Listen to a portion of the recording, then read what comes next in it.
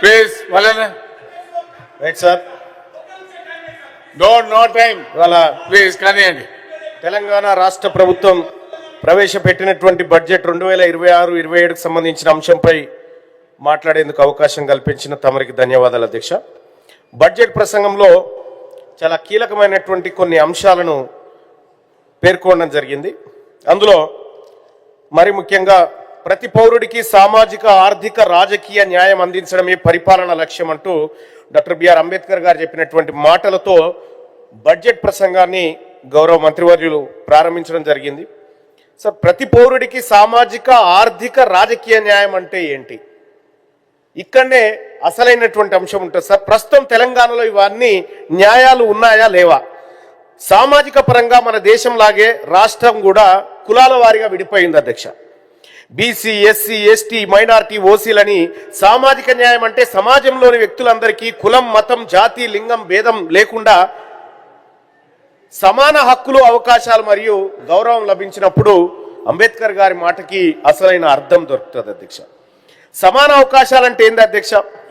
సమాన అవకాశాలు అంబేద్కర్ గారి మాటల్లో అవి ఉద్యోగ అవకాశాలు కావచ్చు, రాజకీయ అవకాశాలు కావచ్చు, ఇంకే అవకాశాలైనా కావచ్చు సార్. అంబేద్కర్ గారి అంతరాత్మ ప్రకారం సమాన అవకాశం అంటే సార్, ఈ సభలో 40 మంది ఉన్నాం సార్. జనాభా దామాషా ప్రకారం సీట్లు పంచుకుంటే అందరికి సమానమైనటువంటి సీట్లు వారి వారి జనాభా దామాషా ప్రకారం వచ్చినప్పుడు అది సమానం అనిపించుకుంటారు సార్. కానీ ఈ దేశంలో సార్, ఈ దేశంలో 23 ఐఐటీలు ఉన్నాయి సార్. 23 ఐఐటీలు ఉంటే సార్ 6043 మంది ప్రొఫెసర్లు ఉన్నారు సార్. దాంట్లో అందులో 6043 మంది ప్రొఫెసర్లు 79% మంది ప్రొఫెసర్లు ఓసీ వర్గాల నుంచి ఉన్నారు సార్. 3137 మంది ఉండాల్సిన బీసీ ప్రొఫెసర్లు 676 మంది మాత్రమే ఉన్నారు సార్. ఇక్కడ సమాన అవకాశాలు అనేటువంటి మాటకు అర్థం లేకుండా పోయింది సార్ ఈ దేశంలో. అలాగే 27% రిజర్వేషన్ బీసీ వర్గాలకు ఉంది సార్. బీపీ మండల్ గారి నివేదిక ప్రకారం కేంద్ర ప్రభుత్వం 27% రిజర్వేషన్ ఇస్తే సార్, ఇప్పటికీ చూసినప్పుడు కొద్దిగా లెక్కలతో కంపేర్ చేసుకున్నప్పుడు బాధ అనిపిస్తుంది సార్. ఆర్థిక సమానత్వం అధ్యక్ష, ఎక్కడో దూరపు లెక్కలు కూడా వద్దు సార్, ఇక్కడ మన లెక్కలే చూసుకున్నాం.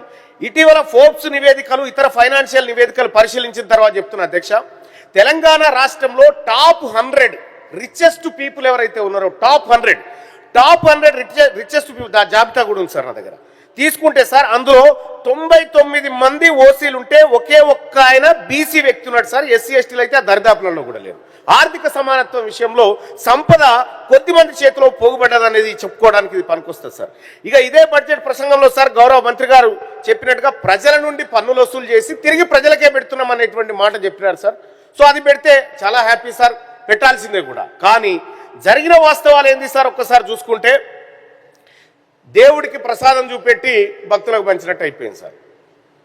మనం ఏమనుకుంటాం సార్, ఇక్కడ బీసీల పరిస్థితి కూడా అట్లాగే ఉంది సార్. పొద్దుగానే గౌరవ మంత్రివర్యులు పొన్నం ప్రభాకర్ గారు దీనిపైన బీసీల బడ్జెట్ పైన ఒక ప్రశ్నకు సమాధానం చెప్పినారు సార్. ఆ లెక్కలు చూస్తూ ఉంటే సార్ దారుణాతి దారుణమైనటువంటి లెక్కలు సార్. కేవలం బీసీలకు చూపించి మరి అవి ఎవరికి మంచి ఎక్కడ పోయిన నిధులు పత్తాలేనటువంటి పరిస్థితి సార్. ఈ రాష్ట్రంలో బీసీల బడ్జెట్ కేవలం అంకెల వరకు మాత్రమే ఉంది, ఆచరణ వరకు లేదనేది ఈ బడ్జెట్ ద్వారా ఇదొక్క బడ్జెటే కాదు సార్. ఇగో సార్, మొత్తం 2014 నుంచి ఆ రోజు నుంచి జరుగుతుంది ఇదే సార్. ఆ రోజు నుంచి ఇలాంటి అన్యాయమే జరుగుతూ ఉంది సార్. బీసీలకు సంక్షేమ విధుల్లో సార్ దాదాపు నిధుల్లో 8,000 కోట్లకు పైగా కోత పెట్టారు సార్ అప్పటి వాళ్ళు. ఇప్పుడు దాదాపు ఒక 1900 3,000 అంటే దాదాపు ఇవి ఒక 15-20 కోట్లు అయినాయి సార్. అంటే మాకు ఖర్చు పెడుతున్న నిధుల కంటే మా నుంచి ఖర్చు పెట్టకుండా మళ్లింపు చేస్తున్నటువంటి నిధుల సంఖ్యనే ఎక్కువగా ఉంది అధ్యక్ష. సో ఇది కాదు అధ్యక్ష. ఇంకా దీంట్లోనే అధ్యక్ష 2025-26 ఆర్థిక సంవత్సరంలో అధ్యక్ష ఇవాళ పెట్టినటువంటి లెక్కలు చూస్తే 2 లక్షల మంది బీసీ విద్యార్థులకు స్కాలర్షిప్లు ఇవ్వలేదని ప్రభుత్వమే ఒప్పుకున్నటువంటి లెక్క మనం చూసినాం సార్. సార్, ఇక ఫినిక్స్ పక్షి బూడిదలోంచి మళ్ళీ లేచినట్టుగా ఉంది అని చెప్పి సభ ప్రసంగంలో చూసుకున్నాం సార్. సార్, వాస్తవానికి తెలంగాణ ఫినిక్స్ పక్షి కాదు సార్. తెలంగాణ పుట్టుకనే చాలా బలంగా పుట్టింది సార్.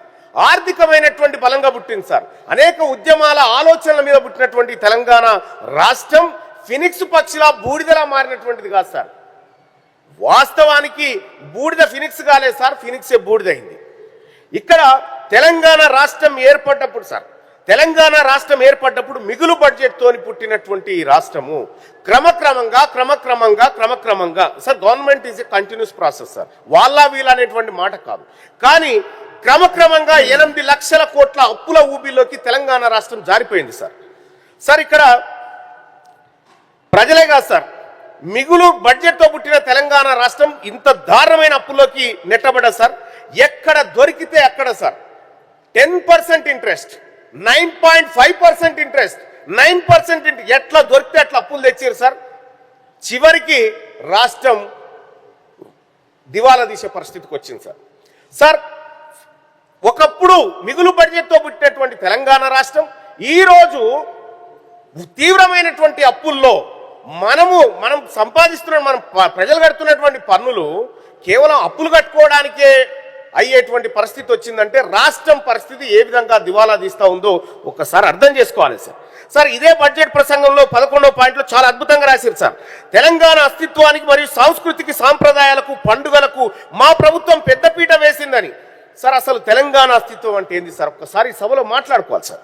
సార్ తెలంగాణ అస్తిత్వం అంటే ఈ ప్రాంతపు మట్టి వాసన సార్, ఇక్కడ ప్రజల ఆత్మీయత, పౌరుషం, తాము కోరుకున్న విధంగా బ్రతకాలని అనుకోవడమే సార్, బ్రతకాలన్న ఆకాంక్షే ఇది అస్తిత్వం అంటే. ఇంకో మాటలో చెప్పాలంటే సార్, మా నీళ్లు, మా నిధులు, మా నియామకాలు సార్ తెలంగాణ అస్తిత్వం అంటే. నీళ్ల సంగతి ఒకసారి చూద్దాం సార్. కృష్ణా నదిలో తెలంగాణకు రావాల్సిన వాటా దాదాపు 560 టీఎంసీలు సార్, కానీ ఇప్పుడు దక్కింది ఎంత సార్, 299 టీఎంసీలు మాత్రమే. గోదావరిలో 980 టీఎంసీలు దక్కాల్సి ఉంటే దక్కింది 600 టీఎంసీలు కూడా లేదు అధ్యక్ష. ఇక తెలంగాణ అస్తిత్వంలో నీళ్ల కథ ఇట్లుంటే అధ్యక్ష, నియామకాల కథ చూద్దాం అధ్యక్ష. ఆంధ్ర వాళ్ళు మన ఉద్యోగాలు దోపిడీ చేస్తున్నారని లొలిపెడితిమి. విద్యార్థులు రోడ్డెక్కే ప్రాణాలకు తెగించిండ్రు, ఆత్మ బలిదానాలు చేసిండ్రు. నాకు రాకపోయినా నా తెలంగాణ బిడ్డల కన్నా ఉద్యోగాలు దక్కుతాయని ఆశపడ్డారు. కానీ ఏం జరిగింది అధ్యక్ష, తెలంగాణ పబ్లిక్ సర్వీస్ కమిషన్ మధ్య నిరుద్యోగులు ఎంతమంది రిజిస్టర్ చేసుకున్నారో తెలుసా సార్? 32 లక్షల మంది నిరుద్యోగులు తెలంగాణ పబ్లిక్ సర్వీస్ కమిషన్ దగ్గర రిజిస్టర్ చేసుకున్నారు సార్ మేము నిరుద్యోగులమని. కానీ భర్తీ చేసిన ఉద్యోగాలు ఎన్ని సార్? భర్తీ చేసిన ఉద్యోగాలు చాలా అంటే చాలా తక్కువగా ఉన్నాయి సార్. సార్ ఇక్కడ 2019లో Biswal committee sir, Biswal committee వేసినటువంటి నివేదిక ప్రకారం 1,90,000 ఉద్యోగాలు ఖాళీ ఉన్నాయని చెప్పారు సార్ 2019. ఆ 2019 నుంచి సార్, దయచేసి క్షమించండి సార్, 2019 నుంచి ఇప్పటి వరకు సార్ భర్తీ చేసిన ఉద్యోగాలు 1,00,000 లోపు ఉన్నాయి సార్. మరి ఇంకా 1,00,000 ఉద్యోగాలు ఖాళీగా ఉన్నాయి సార్. కానీ ప్రభుత్వాలు ఉద్యోగాలు భర్తీ చేయడంలో నిర్లక్ష్యం వహిస్తా ఉన్నాయి. ఉద్యోగాల కోసం మా నియామకాలను కొట్లాడినటువంటి నిరుద్యోగులు ఇలా రోడ్ల మీదకి ఎక్కి ఆందోళన పడి ఆత్మహత్యలు చేసుకునే పరిస్థితికి వచ్చింది. ఇదే కాంగ్రెస్ పార్టీ ప్రభుత్వం అధికారంలోకి వస్తే జాబ్ క్యాలెండర్ని ఇంప్లిమెంట్ చేస్తామని చెప్పి డేట్లు కూడా అనౌన్స్ చేసినారు సార్.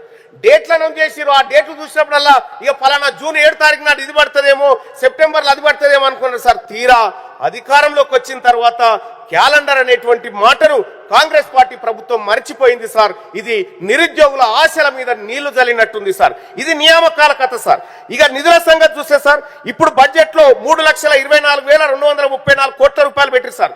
మా నిధులు మాకే అంటే తెలంగాణ రాష్ట్రంలో బీసీల జనాభా 56.33% ఉందని చెప్పి 56.33% ఉందని చెప్పి సార్ తొండికో బొండికో లెక్క చెప్పారు. ఆ లెక్క ప్రకారం బీసీలకి రాష్ట్ర బడ్జెట్ లో దక్కాల్సింది 1,82,641 కోట్లు బీసీల వాటా దక్కాలి. కానీ ఈ బడ్జెట్ లో బీసీలకు దక్కింది ఎంత సార్?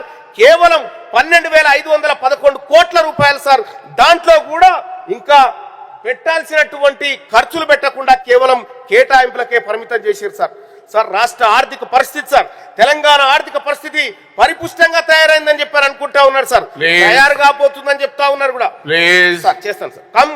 సంవత్సరంలో సార్ గత సంవత్సరంతో పోలిస్తే వృద్ధి రేటు 10.7% పెరిగిందన్నారు సార్. నిరుద్యోగుల ఉద్యోగాలకు రాలే, నీళ్లు రాలే, నిధులు రాలే, ఏమీ రాలే. అప్పటికే మన గ్రోత్ రేటు మనకందకుండా మనకందనంత ఎత్తుకెళ్ళిపోతా ఉన్నా సార్. సార్ చేస్తాను సార్. తలసరి ఆదాయం గతం కంటే పెరిగింది. ప్రస్తుత రేట్ల ప్రకారం 4,18,931 కోట్ల రూపాయలు తలసరి ఆదాయం ఉందని చెప్తా ఉన్నాం సార్. సార్ ఈ లెక్కన ఒక ఇంట్లో 4 ఉంటే 16 లక్షల రూపాయల ఆదాయం అవుతుంది సార్. మొత్తం మొన్ననే గవర్నర్ గారి ప్రసంగంలో 1,05,00,000 రేషన్ కార్డులు మన దగ్గర ఉన్నాయని చెప్పుకున్నాం సార్. ఈ తలసరి ఆదాయం లెక్కతో చూసుకుంటే తెలంగాణ రాష్ట్రంలో ఒక్క తెల్ల రేషన్ కార్డు ఉండొద్దు. ఎందుకంటే రేషన్ కార్డు ఆదాయ పరిమితి గ్రామీణ ప్రాంతాల్లో 1,50,000, పట్టణ ప్రాంతాల్లో 1,00,000 రూపాయలు. మరి ఒక ఇంట్లో 16 లక్షల రూపాయల ఆదాయం ఉన్నట్టుగా మనం రాసుకుంటే ఇవి తప్పుడు సంకేతాలు అయితే ఇది ప్రజలకు ఈ సమాజానికి మంచిది కాదన్న విషయాన్ని తెలియజేస్తా ఉన్నా సార్. ఇక $3 ట్రిలియన్ సంబంధించి గొప్ప కలగంటా ఉంది సార్ ప్రభుత్వం. నేను కాదన్నాను సార్, కల కనాలి. ఈ తెలంగాణ రాష్ట్రం ఇంతకంటే గొప్పగా ఎదగాలి. ఈ సమాజంలో ఉన్నటువంటి ప్రజలందరూ అత్యున్నత స్థాయికి పోవాలి సార్. కానీ వాస్తవాలను కూడా మనం అంచనా వేసుకోవాలి సార్. నేను అడుగుతా ఉన్నా సార్, $3 ట్రిలియన్ సంబంధించినటువంటి రాష్ట్ర ప్రభుత్వం 2034 తర్వాత 2047 చెప్తా ఉన్నారు కదా సార్. గప్పటిదాకొద్దు సార్, నెక్స్ట్ ఇయర్ ఎంత గ్రోత్ అవుతుందో చెప్పండి కదా, చెప్తూ చాలు. నెక్స్ట్ ఇయర్ ఈ టైం కల్లా ఎంత గ్రోత్ అవుతుందో చెప్పగలిగితే నిజంగా మన విజన్ కరెక్ట్ గా ఉన్నట్టు అవుతుంది సార్. ఇక్కడ $3 ట్రిలియన్ ఎకానమీ సంబంధించి సార్ మైక్ కట్ అయిపోద్ది దయచేసి. నెక్స్ట్